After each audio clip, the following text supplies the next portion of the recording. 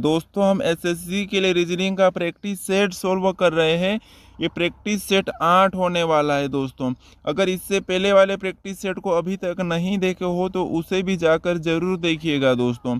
दोस्तों सभी practice set important है। सभी प्रैक्टिस सेट में पुराने पेपर में जो भी प्रश्न पूछे गए थे रीजनिंग से, सभी को इस प्रैक्टिस सेट में शामिल किया है दोस्तों। कुछ रीजनिंग के सेट वाइज प्रश्न होते हैं जो एग्जाम में बार बार पूछे जाते हैं, उस टाइप के प्रश्न इस वीडियो में शामिल किया है, तो वीडियो को अंत तक जरूर देखिएगा।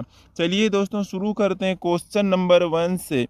क्वेश्चन नंबर 1 दिया है, कह रहा है यदि a बराबर 2, उसके बाद आगे कहा है o बराबर 30 और आगे कहा है x बराबर 48, तो एस ए डब्ल्यू का मान क्या होगा, ये प्रश्न पूछा है दोस्तों। तो हमें क्या करना है, एस ए डब्ल्यू का मान निकालना है। तो इसका मान निकालने से पहले हम देखेंगे कि इसने a बराबर 2 यानी कि a का मान किस टाइप से दिया है, उसके बाद o का मान कैसे दिया है और उसके बाद x का मान कैसे दिया है। जैसे ही इनका मान दिया है उसी टाइप से हम एस ए डब्ल्यू का भी मान बताएंगे। तो चलिए दोस्तों आप है ना हर किसी प्रश्नों को खुद से भी सोल्व करने का ज़रूर कोशिश करेगा ताकि आपकी प्रैक्टिस ज़्यादा अच्छी हो जाए, ठीक है। तो चलिए इस प्रश्नों को देखते हैं। जैसे यहाँ पर दिया है a बराबर 2 यानी कि a आता है 1 नंबर पे अल्फ़ाबेट में, ठीक है। और इसी को क्या करेंगे, 2 गुना कर देंगे तो कितना है, बराबर 2। और यहाँ पर 2 दिया है, ठीक है। अगर सेम इसी तरीके से अपन ओ को देखेंगे तो ओ आता है 15 नंबर पे, और 15 को भी क्या करेंगे, 2 गुना कर देंगे, तो 15 का जब 2 गुना करेंगे तो 30, ठीक है। और यहाँ पर 30 दिया है, मतलब ये 2 गुना कर रहा है। उसके बाद एक सा आता है 24 नंबर पे, कितने पे, 24 पे। और 24 को भी क्या करेंगे, 2 गुना कर देंगे, जब 24 को 2 गुना करेंगे तो यहाँ पर क्या होंगे, 48। और 48 भी यहाँ पर दिया है। इसने क्या किया, लेटर के अंकों को लिख के इसने 2 गुना किया है। तो हम क्या करेंगे, एस ए डब्ल्यू। अब एस आता है 19 नंबर पे, उसके बाद ए आता है 1 नंबर पे, और डब्ल्यू आता है 23 नंबर पे, ठीक है। हमें क्या करना है, इन सभी को जोड़ के 2 गुना करना है। तो 19 और 1 होते हैं 20, और 20 और 23 कितने, 43 होते, ठीक है। कितने, 43 हो जाएंगे। और इसको क्या करेंगे, 2 गुना कर देंगे, जब 43 को 2 गुना करेंगे तो 96 हो जाएंगे, ठीक है। कितने हो जाएंगे, 96। यानी कि यहाँ पर एस ए डब्ल्यू का मान क्या होगा, 96। ऑप्शन में देखेंगे तो ऑप्शन नंबर बी में दिया है, तो ऑप्शन नंबर बी अपना सही जवाब होगा दोस्तों। चलिए बढ़ते हैं क्वेश्चन नंबर 2 की ओर। क्वेश्चन नंबर 2 कह रहा है, यदि परसों शुक्रवार था तो आगामी परसों के बाद तीसरा दिन क्या होगा दोस्तों। इंपॉर्टेंट क्वेश्चन से एसएससी बार बार पूछी जाती है इस प्रश्नों को, ठीक है। तो चलिए क्या कहा है, यदि परसों शुक्रवार था तो आगामी परसों के बाद तीसरा दिन क्या होगा। तो हमें क्या करना होता है कि जैसे ये आज का दिन है, उसके बाद ये कल और ये परसों, ऐसे कुछ टाइप से सोल्व करते हैं। लेकिन हमें यहाँ पर ये नहीं करना है। मैं एक तरीका बताता हूँ जैसे इस प्रश्न को कैसे सोल्व करेंगे। देखिए मैं थोड़ा सा समझाता हूँ कल, ठीक है। अगर कल कहा है तो उसको समझना एक, अगर इसने परसों कहा है, ठीक है, इसने अगर परसों कहा है तो आपका समझना दो, ठीक है। अगर उसने दिन दिया, जैसे एक दिन दिया है या 2 दिन दिया है, वो तो ठीक है। लेकिन इसने कल कहा तो एक और परसों कहा तो 2, ठीक है, ये समझना। अब इस प्रश्न को सोल्व करते हैं। जैसे यदि परसों शुक्रवार था तो इसका ध्यान रखना क्या था, शुक्रवार था, ये ध्यान रखना। क्या लिखा था यहाँ पर, परसों लिखा है, ठीक है। क्या लिखा है यहाँ पर, परसों शुक्रवार, तो क्या लिखा है, परसों। तो मैंने बताया था परसों का मतलब 2, ठीक है। उसके बाद यदि परसों शुक्रवार था तो आगामी परसों, इसने अभी वापस से परसों कहा है, ठीक है। क्या कहा है, परसों कहा है, तो वापस से क्या लिखेंगे, 2 को लिखेंगे। एक परसों ये वाला हो गया, उसके बाद एक परसों ये वाला हो गया। उसके बाद आगे कहा कि परसों के बाद तीसरा दिन क्या होगा, यानी कि यहाँ पर अब दिया है तीसरा दिन, यानी कि तीसरा दिन, ठीक है। ये है अपना तीसरा दिन, तो अपन इसका भी 3 लिख लेते हैं। अब क्या करना, ऐसा लिखने के बाद इन सभी को जोड़ देना है, ठीक है। अब सभी को जोड़ देंगे तो कितने हो जाएंगे, 7। अब देखिए प्रश्न मेन बात आती है कि यहाँ पर क्या कहा है। अगर होगा पूछा तो जोड़ेंगे, अगर था पूछा तो घटाएंगे, ठीक है, किसको, इस 7 को। तो इसने क्या कहा है कि तीसरा दिन क्या होगा, होगा का मतलब जोड़ना और था का मतलब घटाना है, ठीक है। तो इसने क्या था यदि परसों शुक्रवार, यानी कि कौन सा वार था, शुक्रवार था, शुक्रवार में 7 दिन को जोड़ना है, किसे, इसे जोड़ना है। तो जब इसे जोड़ेंगे तो शुक्रवार में 7 जोड़ेंगे तो यही दिन आएगा वापस से शुक्रवार। और शुक्रवार ऑप्शन में देखेंगे तो ऑप्शन बी में दिया है, तो ऑप्शन बी अपना सही जवाब होगा। इस टाइप का प्रश्न आगे और देखने को मिलेगा, वहां पर आप खुद से भी सोल्व करने का कोशिश करिएगा, इसको वीडियो को पीछे करके समझ लीजिएगा, ठीक है। चलिए बढ़ते हैं क्वेश्चन नंबर 3 की ओर। क्वेश्चन नंबर 3 दिया है, उस आकृति का चयन करें जो निम्नलिखित श्रेणियों के बीच के संबंध को सर्वोत्तम ढंग से निरूपित करती है, यानी कि करती हो। तो हमें क्या दिया है यहाँ पर, गेहूं दिया है, उसके बाद अनाज दिया है, प्याज दिया है और मक्का दिया है। और यहाँ पर पूछा है कि इसकी आकृति का पहचान करना है। तो हमें इसी का वेन डायग्राम बनाना है, गेहूं, अनाज, प्याज और मक्का का। तो क्या करेंगे, देखिए इनका आपस में संबंध की बात करें तो देखिए ये क्या है, अपना अनाज है, ठीक है, अनाज। और अनाज के अंदर क्या आता है, अनाज के अंदर गेहूं आता है, ठीक है। इस अनाज के अंदर क्या आता है, गेहूं और मक्का, दोनों अनाज के अंदर ही आते हैं। तो ये अपना गेहूं का हो गया और ये अपना मक्का का हो गया, ठीक है। लेकिन प्याज अनाज में नहीं आता है, तो प्याज का वेन डायग्राम कुछ अलग बनेगा, ठीक है, कुछ अलग बनेगा। तो इसका वेन डायग्राम इस टाइप का बनेगा, मतलब ये क्या, अपना यहाँ पर अनाज है और अनाज के अंदर ही अपना गेहूं है, और यहाँ पर वो क्या है, मक्का। और इस साइड में क्या हो गया, प्याज। मतलब इसका वेन डायग्राम कुछ इस टाइप का बनेगा। ऑप्शन में देखेंगे तो ऑप्शन बी में दिया है, तो ऑप्शन बी अपना सही जवाब होगा। चलिए बढ़ते हैं क्वेश्चन नंबर 4 की ओर। क्वेश्चन नंबर 4 कह रहा है, उस विकल्प का चयन करें जो तीसरे पद से उसी प्रकार संबंधित है जिस प्रकार दूसरा पद पहले पद से संबंधित है। दोस्तों यहाँ पर प्रश्न क्या कहा है कि जिससे पहला पद क्या दिया है, दूसरे पद से संबंधित है। तो यहाँ पर तीसरे पद का चौथे पद से बताना। जैसे माता का संबंध बच्चे से है, यानी कि बच्चा, तो आपको यहाँ पर बताना है बादल का। दोस्तों आपको वीडियो कैसा लगा है जरूर बताएं मुझे कमेंट्स करके, ठीक है। तो देखिए जैसे माता क्या है, बच्चा है, और बादल का पूछा है, यानी कि माता बच्चा को जन्म देती है, यानी कि बच्चा को देती है, तो इसीलिए बादल किसको देते हैं, बारिश, पानी, बिजली, मौसम। तो ये देते हैं बारिश को। तो ऑप्शन ए वाला क्या होगा, सही होगा, ठीक है। बारिश का संबंध किससे हो, यानी कि बादल का किससे होगा, बारिश से होगा। तो ऑप्शन अपना ए वाला सही होगा। चलिए दोस्तों बढ़ते हैं क्वेश्चन नंबर 5 की ओर। क्वेश्चन नंबर 5 दिया है, उस विकल्प का चयन करें जो तीसरे पद से उसी प्रकार संबंधित है जिस प्रकार दूसरा पद पहले पद से संबंधित है। तो जैसे यहाँ पर PEN का दिया है 755, और यहाँ पर FOG का पूछा है। दोस्तों प्रश्न भले ही आपको सरल दिख रहा होगा लेकिन इम्पोर्टेंट है और कठिन भी है, तो इसे ध्यान से सोल्व करने का कोशिश करिएगा। अब देखिए यहाँ पर कैसे दिया था, PEN को 755, उसके बाद FOG को यहाँ पर पूछा है।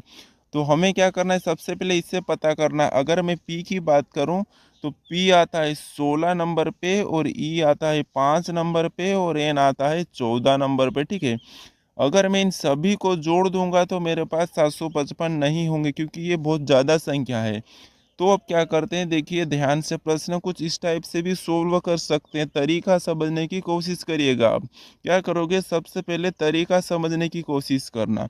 अब तरीका क्या है, जैसे P आता है 16 नंबर पे, ठीक है, क्या आता है 16 नंबर पे, और E आता है 5 नंबर पे, उसके बाद N आता है 14 नंबर पे, ठीक है, कितने नंबर पे, 14 पे।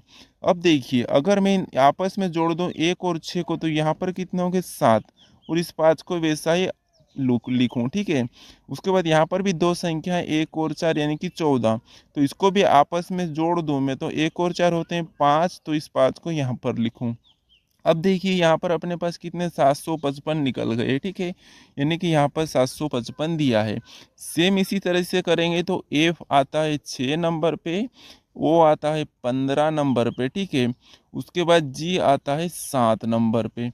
अब सिंगल को तो सिंगल ही लिखें, जो 2 है उससे प्लस कर लेंगे, तो 1 और 5 होते हैं 6, उस 7 का 7 ही लिखेंगे। मतलब यहाँ पर कितने होंगे, 667। यानी कि 667 यहाँ पर ऑप्शन में देखेंगे तो ऑप्शन डी में दिया है, तो ऑप्शन डी अपना सही जवाब होगा, ठीक है। क्या किया था इसने, यहाँ पर पी 16 पे था तो इसने 1 और 6 को जोड़ दिया, यानी कि सिंगल बना लिया है, ठीक है। और यहाँ पर भी सिंगल किया और यहाँ पर सिंगल किया, तो अपन ने भी यहाँ पर सिंगल किया। सभी को सिंगल करने पर अपने पास 6 6 7 निकल के आया, तो ऑप्शन डी में दिया था, तो ऑप्शन डी सही जवाब होगा। चलिए दोस्तों बढ़ते हैं क्वेश्चन नंबर 6 की ओर। क्वेश्चन नंबर 6 दिया है, दिए गए विकल्पों में से लुप्त पद चुनकर श्रृंखला को पूरा करें। यहाँ पर श्रृंखला दिए A Z Z, B B Y Y, C C X X X, ठीक है। तो इस श्रृंखला को पूरा करना है, तो दोस्तों सबसे पहले एक एक लेटर को देखेंगे। जैसे यहाँ ए दिया है सिंगल, फिर यहाँ पर 2 बी दिया है, ठीक है। उसके बाद आगे दिया है सी, लेकिन 3 सी दिया है, तो आगे आना ही चाहिए 4 डी, ठीक है। क्या आना चाहिए, 4 डी, तो श्रृंखला अपनी क्या हो जाएगी, पूरी हो जाएगी, ठीक है। ये तो 4 डी हो गया। उसके बाद यहाँ पर जैसे 2 जेड दिया है, ठीक है, क्या दिया है 2 जेड, लेकिन आगे क्या वाई वाई 3 दिया है। उसके बाद एक्स एक्स एक्स 4 दिया है, तो इससे एक्स के पीछे क्या आता है, यहाँ पर डब्ल्यू, तो यहाँ पर कितने डब्ल्यू होना चाहिए, 5 डब्ल्यू। अब ऑप्शन में देखेंगे 4 डी और 5 डब्ल्यू, तो यहाँ पर 4 डी 1 2 3 4 डी यहाँ पर दिया है, और 1 2 3 4 5 डब्ल्यू यहाँ पर दिया है। मतलब ऑप्शन सी वाला अपना सही जवाब होगा दोस्तों। क्वेश्चन नंबर 7 दिया है, दर्पण में घड़ी के प्रतिबिंब में 3:15 दिखाई देता है, सही समय क्या होगा, ये दिया है। अगर मैं क्या करूं, दर्पण में घड़ी को देखूं तो यहाँ पर कितना दिखाई देता है, 3:15 दिखाई देता है। तो सही क्या दिखेगा, तो जब भी आपको दर्पण प्रतिबिंब का प्रश्न पूछेगा तो आपको क्या करना है, 11:60 यानी कि 60 में से घटाना है, ठीक है। क्योंकि अभी तक आपने 60 मिनट तो देखा नहीं होगा, लेकिन 60 में से घटाना है। और किस समय को घटाने, जो समय दिया है, तो समय दिया है 3:15 दी है। क्या दी है, 3:15, तो इसे घटा लेंगे, 10 में से 5 जाएंगे तो 5, और 5 में से 1 तो 4, ठीक है। यहाँ पर 45 हुआ। उसके बाद 11 में से 3 जाएंगे तो 8, तो यहाँ पर कितना निकल के आया अपने पास, 8:45। 8:45 को ऑप्शन में चेक करेंगे तो ऑप्शन ए में दिया है, तो ऑप्शन ए वाला अपना सही जवाब होगा, ठीक है।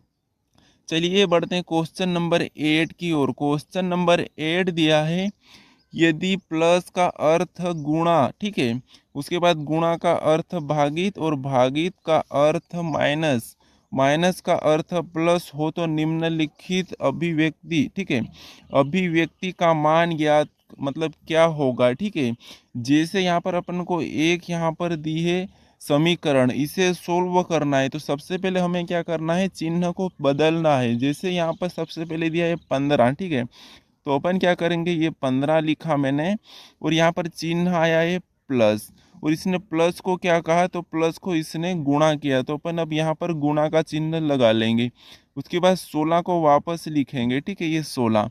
उसके बाद यहाँ पर गुणे का चिन्ह है, और गुणे के चिन्ह को इसने क्या कहा, गुणा का अर्थ है भागित, यानी कि इस चिन्ह की जगह क्या आएगा, भागित, तो यहाँ पर अपन भागित लगा लेंगे। उसके बाद आगे क्या दिया है, 16, तो 16 को वैसा ही लिखेंगे, और बीच में और चिन्ह क्या आया है, भागित का, और भागित का अर्थ माइनस है, ठीक है, क्या है, माइनस, तो अपन -15 लिख लेंगे, ठीक है। अब इसे सोल्व करना है, तो देखिए सबसे पहले आपको पता है कि सबसे पहले भाग को सोल्व करते हैं, तो 16 में 16 का भाग देंगे तो कितना आएगा, 1, तो देखिए 15, उसके बाद गुणा 1, भाग देने पर अपने पास 1 आया है, तो मैंने 1 लिखा। उसके बाद -15, ठीक है, ये आया है। अब क्या करते हैं, उसके बाद अपन गुणा करते हैं, तो क्या करेंगे, गुणा करते हैं तो 15 गुणे 1, ठीक है, यानी कि 15 में 1 का गुणा करेंगे तो कितना आएगा, 15 एकम 15 ही आएगा, और -15 वैसा ही लिखाएगा, ठीक है। अब इसमें से क्या करेंगे, 15 में से 15 को माइनस करेंगे तो 0 हो जाएंगे। ठीक है, कितने हो जाएंगे, 0। अब 0 को ऑप्शन में देखेंगे तो ऑप्शन डी में दिया है, तो ऑप्शन डी अपना सही जवाब होगा। हमने क्या किया था, इसने कहा है कि प्लस का अर्थ है गुणा, तो हमने इस प्लस को क्या करा था, गुणे में चेंज कर दिया। उसके बाद गुणा का अर्थ है भागित, तो अपन ने भागित के यहाँ, जैसे ये गुणा का चिन्ह था तो गुणा के चिन्हों को यहाँ पर भागित में बदल दिया। फिर उसने भागित का बोला है माइनस, तो यहाँ पर जो भागित चिन्ह था उससे अपन ने माइनस में बदला। इसे बदलने के बाद अपने पास ये समीकरण बनी थी, इसे सोल्व किया। सबसे पहले भागित को सोल्व किया तो 1 आया। ठीक है, 1 आया। उसके बाद यहाँ पर गुना किया तो गुना करने पर 15 आया, और 15 में से 15 को माइनस किया तो 0, और 0 ऑप्शन डी में था, तो ऑप्शन डी सही जवाब होगा। चलिए बढ़ते हैं क्वेश्चन नंबर 9 की ओर। क्वेश्चन नंबर 9 दिया है, यदि, ठीक है, यदि c बराबर 24, ई वाई ई यानी कि e बराबर यहाँ पर 46, तो यहाँ पर पूछा है एफ ओ एक्स फोक्स का। ठीक है, तो हमें क्या करना है, फोक्स का पूछा है, तो अभी इस टाइप का प्रश्न अपन ने पहले वाले प्रश्न को ही सोल्व किया था। ठीक है, तो उसी टाइप का प्रश्न है, बस थोड़ी सी वैल्यू चेंज है। तो क्या करना है, इसने सी को क्या लिखा है, 24 लिखा है, लेकिन सी तो 3 नंबर पे आता है। ठीक है, तो इसने 24 कैसे लिखा है, तो देखिए सी कितने नंबर पे आता है, 3 नंबर। लेकिन सी का विपरीत कौन सा लेटर है, तो आपको पता है सी का विपरीत है एक्स, और एक्स आता है 24 नंबर पे, तो इसने इसी 24 को लिखा है। ठीक है, तो हमें क्या करना है, विपरीत पता करना है। अब जैसे यहाँ पर ई है, तो इसका विपरीत क्या है, वी है, और वाई का विपरीत क्या है, तो वाई का विपरीत है बी, और उसके बाद यहाँ पर ई का विपरीत क्या है, वी है। ठीक है, ये क्या है, विपरीत लेटर है। अब विपरीत लेटर में इसका अपन लेटर जोड़ना है, तो वी आता है 22 पे, उसके बाद बी आता है 2 नंबर पे, और वी आता है 22 पे। ठीक है, यहाँ पर 22 है। ठीक है, और ये भी 22 पे, ये दोनों क्या हो गया, 22 पे। अब अगर सभी को प्लस करेंगे तो 46 हो जाएंगे। ठीक है, कि 22 और 22 कितने होते हैं, ठीक है, 22 और 22 होते हैं 44, 44 और 2 46, यानी कि सभी को जोड़ने पर 46 है, यानी कि 46, और इसी 46 को इसने लिखा है यहाँ पर। ठीक है, और यहाँ पर भी इसने क्या करा, सिंगल लेटर था तो सिंगल का ही लिखा है। तो हमें अब यहाँ पर फोक्स का बताना है, तो एफ आता है, यानी कि एफ 6 नंबर पे आता है, लेकिन एफ का विपरीत क्या होता है, यू। ठीक है, क्या होता है, यू, और ओ का विपरीत होता है एल। ठीक है, और एक्स का विपरीत होता है यहाँ पर सी, ये दिया है एक्स का विपरीत। ठीक है, एक्स का विपरीत होता है सी। अब यहाँ पर यू आता है 21 नंबर पे, एल आता है 12 नंबर पे, सी आता है 3 नंबर पे। अब अपन को क्या करना है, सभी को जोड़ना है, तो 12 और 3 होते हैं 15, और 21 में जब 15 को 21 में जोड़ेंगे तो यहाँ पर कितने हो जाएंगे, सभी को जोड़ने पर 36 हो जाएंगे। ठीक है, कितने, 36, यानी फोक्सो को क्या लिखेंगे, तो 36 लिखेंगे, 36। 36 ऑप्शन में देखेंगे तो ऑप्शन ए में दिया है, तो ऑप्शन ए वाला अपना सही जवाब होगा। ठीक है, जिसे सी का विपरीत क्या था, 100, और 124 नंबर पे आता है तो 24 लिखा है।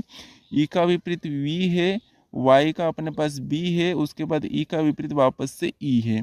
और ये कितने नंबर पे आते हैं, ये आते हैं 22 नंबर पे, 2 नंबर पे और 22 नंबर पे, तो सभी को जोड़ा 46। उसी टाइप से अपन ने फोक्स का भी विपरीत निकाल के जोड़ लिया है। ठीक है, अगर आपको विपरीत नहीं पता है तो कैसे करोगे, यहाँ पर ए से लिखना, यहाँ पर एम तक। ठीक है, उसके नीचे से एन से वापस आना जेड तक, तो ये क्या हो जाएंगे, बीच के जितने भी ये सभी क्या हो जाएंगे, एक दूसरे के विपरीत हो जाएंगे। ठीक है, चलिए बढ़ते हैं क्वेश्चन नंबर 10 की ओर। क्वेश्चन नंबर 10 दिया है, यदि आने वाले कल के 2 दिन बाद शुक्रवार है तो बीते हुए कल के 2 दिन पहले सप्ताह का कौन सा दिन था। मैंने अभी इस टाइप का प्रश्न सोल्व कराया था और बताया था कि आगे और इस टाइप का प्रश्न देखेंगे। ठीक है, तो आप अब इसे खुद से भी सोल्व करने का कोशिश करें, क्योंकि इस टाइप के प्रश्नों को मैं बता चुका हूँ। ठीक है, चलिए कैसे करते हैं, ट्रिक आपको पता है। यहाँ पर कहा है कि यदि आने वाले कल, यानी कि ये है कल। ठीक है, तो मैंने बताया था कल का मतलब 1, उसके बाद कल के 2 दिन, अब यहाँ पर 2 दिया है तो 2 तो मैंने बोला था कि जैसा है वैसा ही, 2 दिन बाद शुक्रवार। ठीक है, ये मान बात करना का शुक्रवार, शुक्रवार है तो बीते हुए कल, ये वापस से क्या आया है कल, तो कल का मतलब वापस से एक को लिखेंगे। कल के 2 दिन, तो दो वापस से आया तो दो लिखेंगे। 2 दिन पहले सप्ताह का कौन सा दिन था, अब ये याद रखना यहाँ पर था दिया है।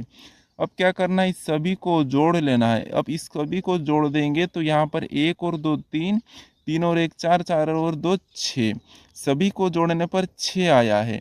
अब बात आती है कि ये 6 को घटाना है या जोड़ना है, तो इसने कहा अभी था, अगर यहाँ पर होगा होता तो जोड़ते, अभी यहाँ पर था है तो था का मतलब मैंने बताया था घटाना, तो इस शुक्रवार से घटा लेंगे। ठीक है, कितने को, 6 को घटाएंगे, तो शुक्रवार से घटाएंगे तो यहाँ पर पे क्या आएगा गुरुवार, उसके बाद ठीक है क्या आएगा गुरुवार, उसके बाद बुधवार, मंगलवार, सोमवार और रविवार और शनिवार, ये अपने पास 6 हो गए।